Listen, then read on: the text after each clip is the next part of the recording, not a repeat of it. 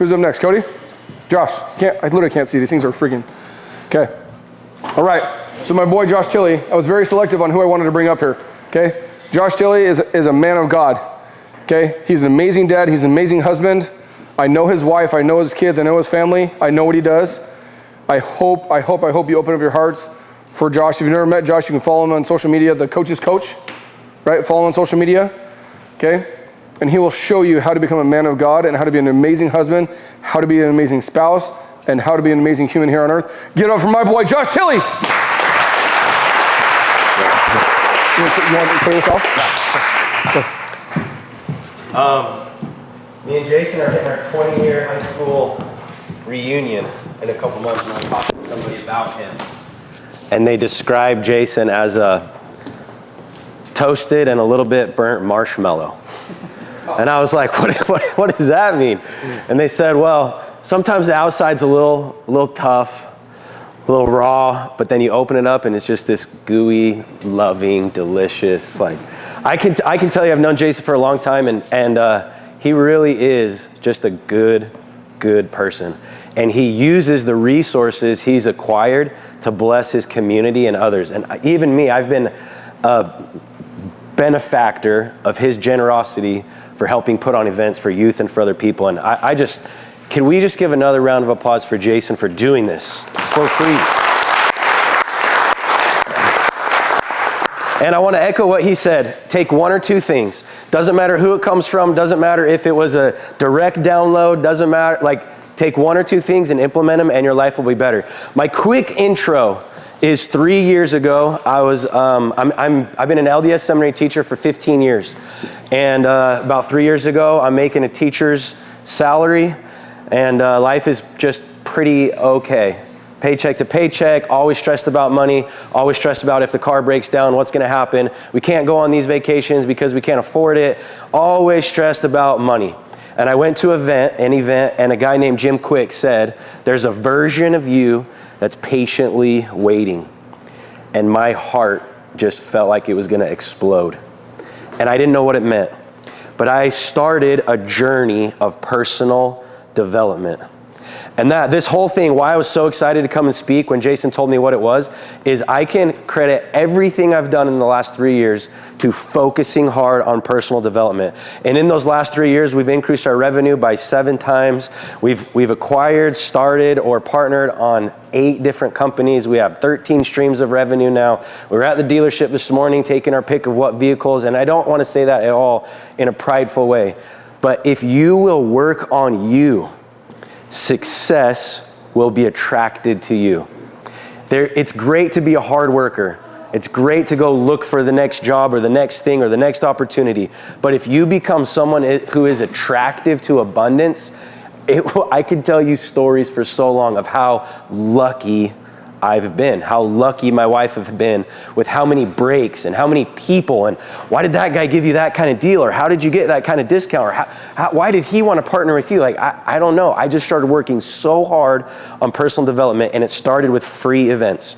Just like this one. Actually, I never went to a free one that was this nice, but it started with just not paying. It started with audiobooks, going to the local meetup, getting online, following people, and I just decided we want more. So, good job being here. If you will work on you in these areas that Jason's talked about, I promise you more success will come into your life. So that's my tiny intro.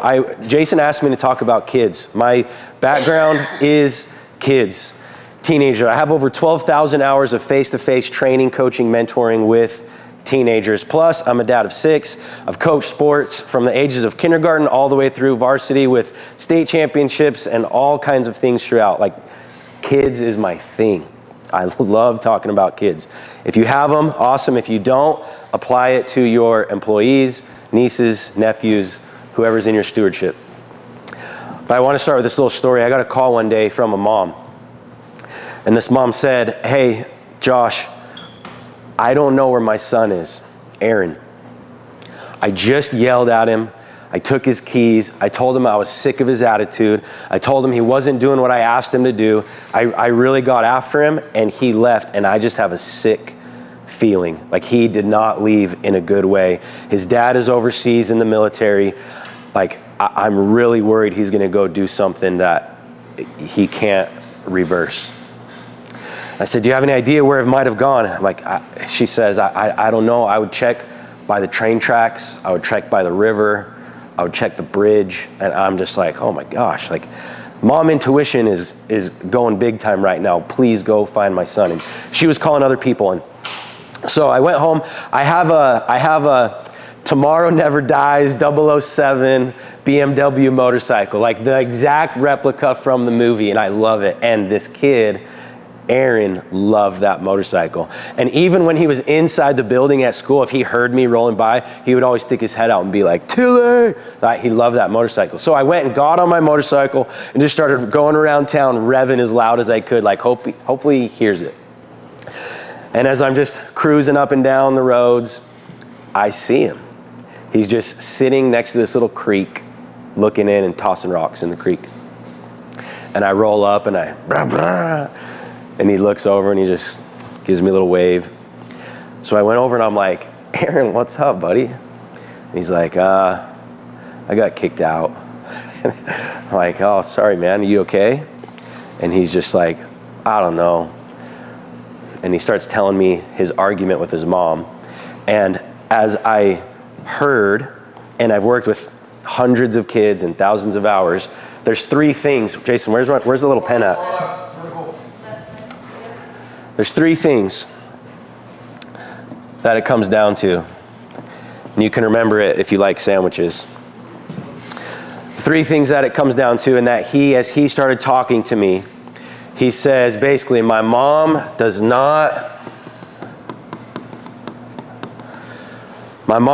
believe in me.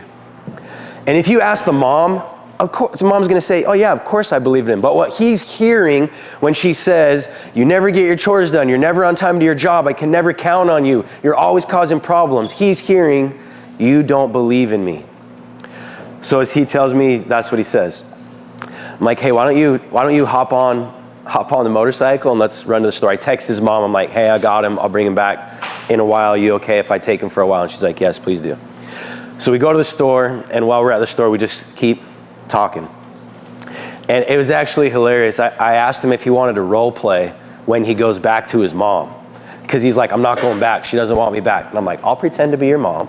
Let's go shopping, and we'll role play. And I'll say the things that she might say, and you try to respond. It was a fun conversation. But as he kept sharing, these two other things came out. My mom doesn't love me, and my mom doesn't trust me. And then, like a sandwich, what do you put on top and bottom of a bacon, lettuce, tomato sandwich? You got to put some bread. That's actually the scariest one. When your kid feels like you don't believe in them, you don't love them, you don't trust them, their conclusion is, I do not belong. And that can be a really, really scary place when they really get to their conclusion is, I don't belong. Because that can go all the way to, I don't belong here on this earth.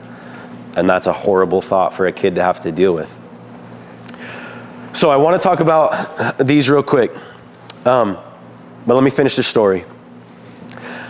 We go to the store, we role play. What's going to happen when you go home? And so I'm like, what are you doing back? I told you not to come back. And I'm like, what are you going to say? We role played everything. We finally get back to his house and he's shaking.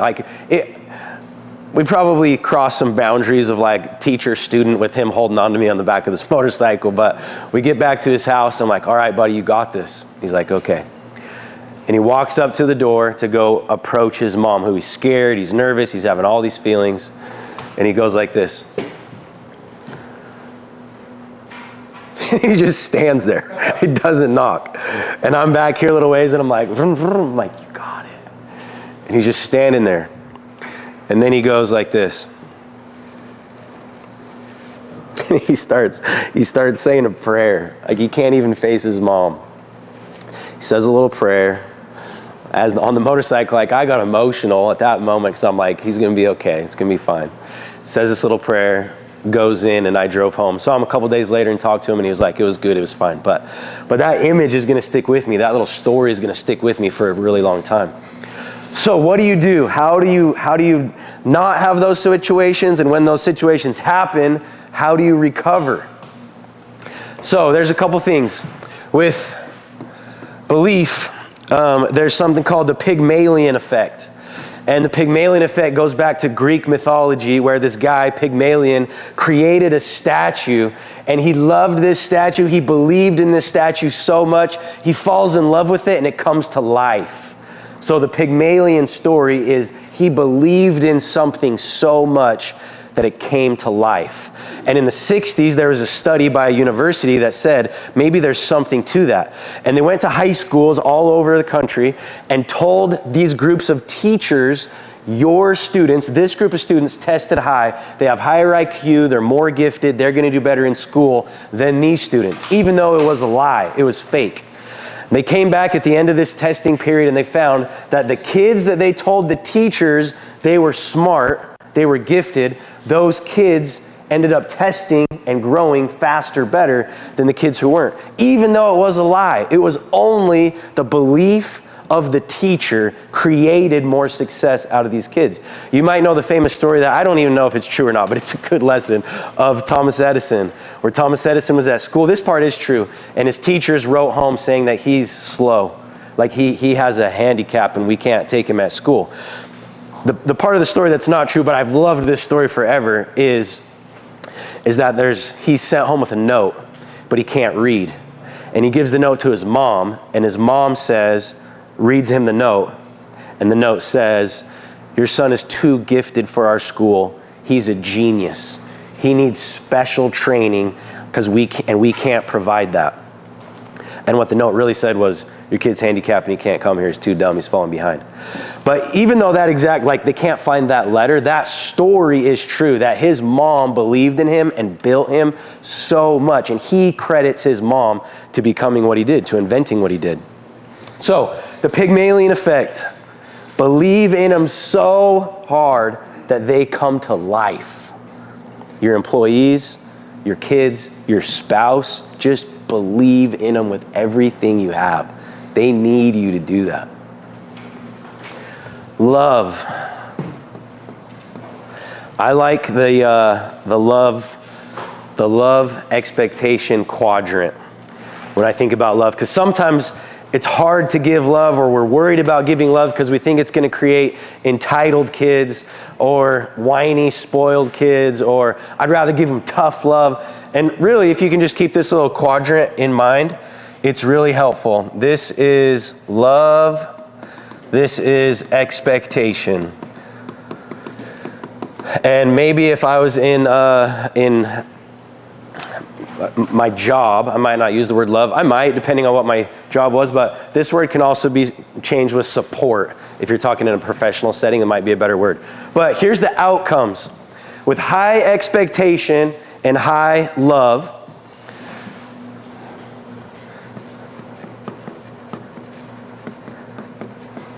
that's where champions are created. That's my coaching company now, is called a culture of champions. Like, I want to create this environment that champions are created. Whether you're on the basketball court, the football field, in the classroom, at home with your parents, I want to help people become champions in every area of their life. And that happens right here. High expectation, high love. If you have high love, low expectation, this is apathy. This is, I don't care. And a lot of times they'll go look for it somewhere else. And so sometimes I've seen parents who are like, no, I just love them, love them, love them.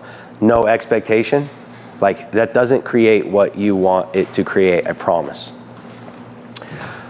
Over here, high expectation, low love. This creates anxiety. And man, when you have somebody really struggling with anxiety, it's hard for them to think about or do anything else. Just so worried about the future and what's going to happen. And that is really common in sports parents. High expectation. I want my kid to be good. And they're not hearing, even if you say I love you, they're not feeling the I love you part. And then this one down here, this quadrant, low expectation, low love, this is depression. There is a huge problem with kids today with self-confidence, mental health, and usually the message is it's the kid's problem. And what I have found, it's their parents' problem. That the parents are all confused on how to do things. And they were taught one way by their parents, but the world's telling them that was wrong. And then they got the school telling them to do it this way. And so they're just like, we're just surviving. And then their kid has all kinds of problems. They're like, I don't even know what to do. High expectation, high love. And then trust. For me, this is the hardest one. Because when you trust them, they will make mistakes. When you give reins to your employees, they're going to make mistakes that cost you money. 3 weeks ago, we went on a trip and I gave the reins to one of the employees, and a major mistake that he made over the course of 24 hours lost us 25 grand, like in 2 days. That could have been avoided if he would have done it. Wouldn't have done it.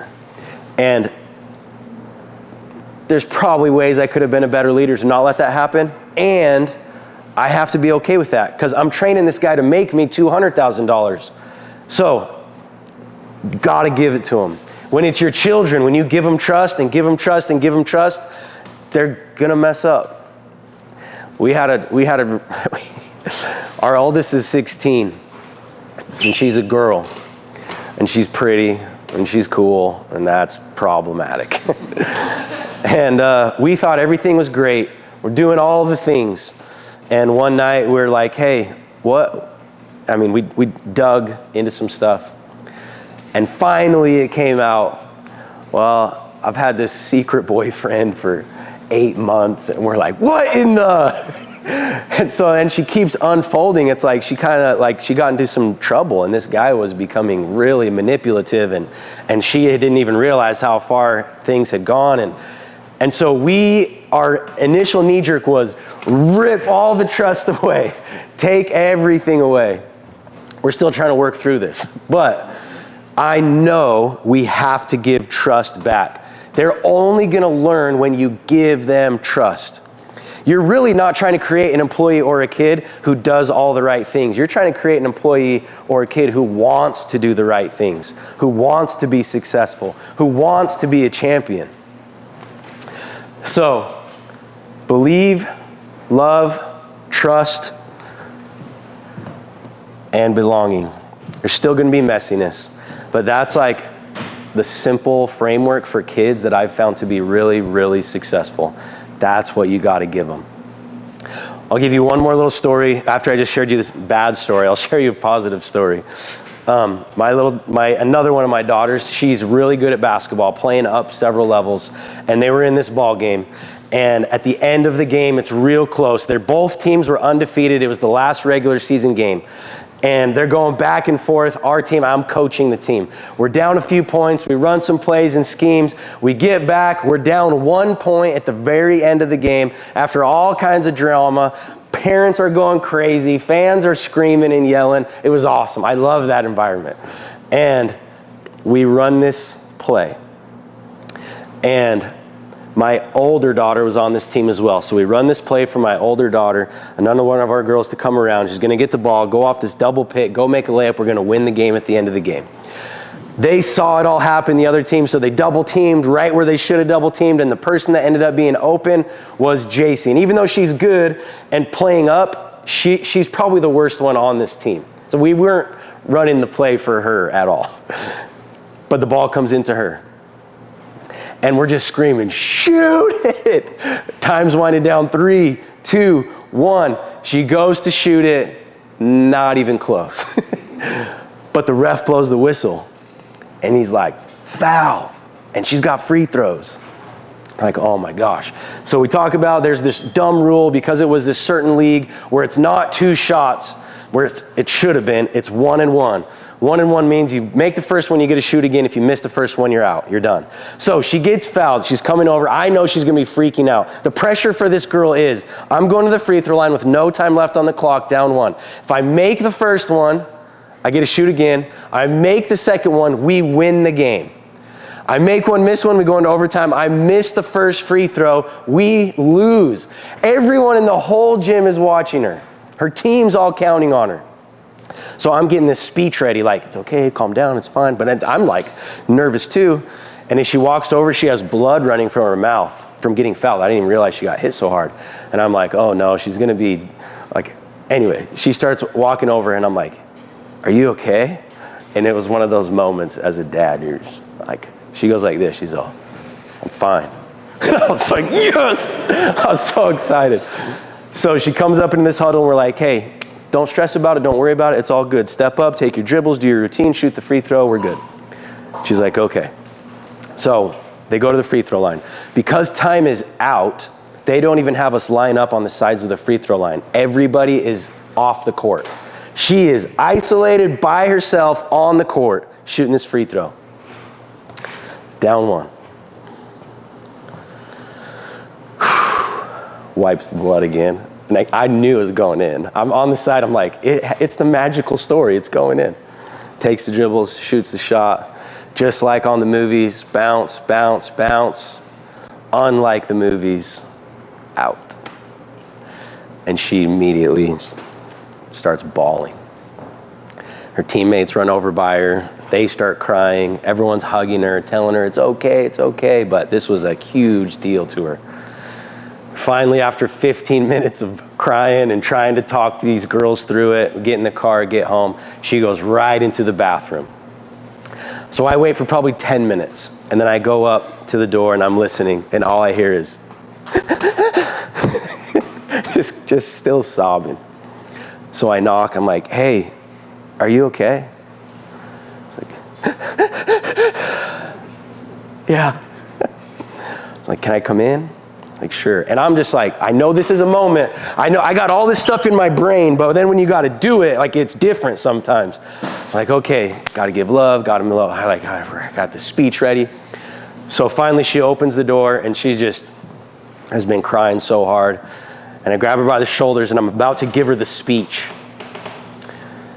And then I thought, I wonder if, like, it's more powerful if it comes from them, right? Like, this has got to be in them.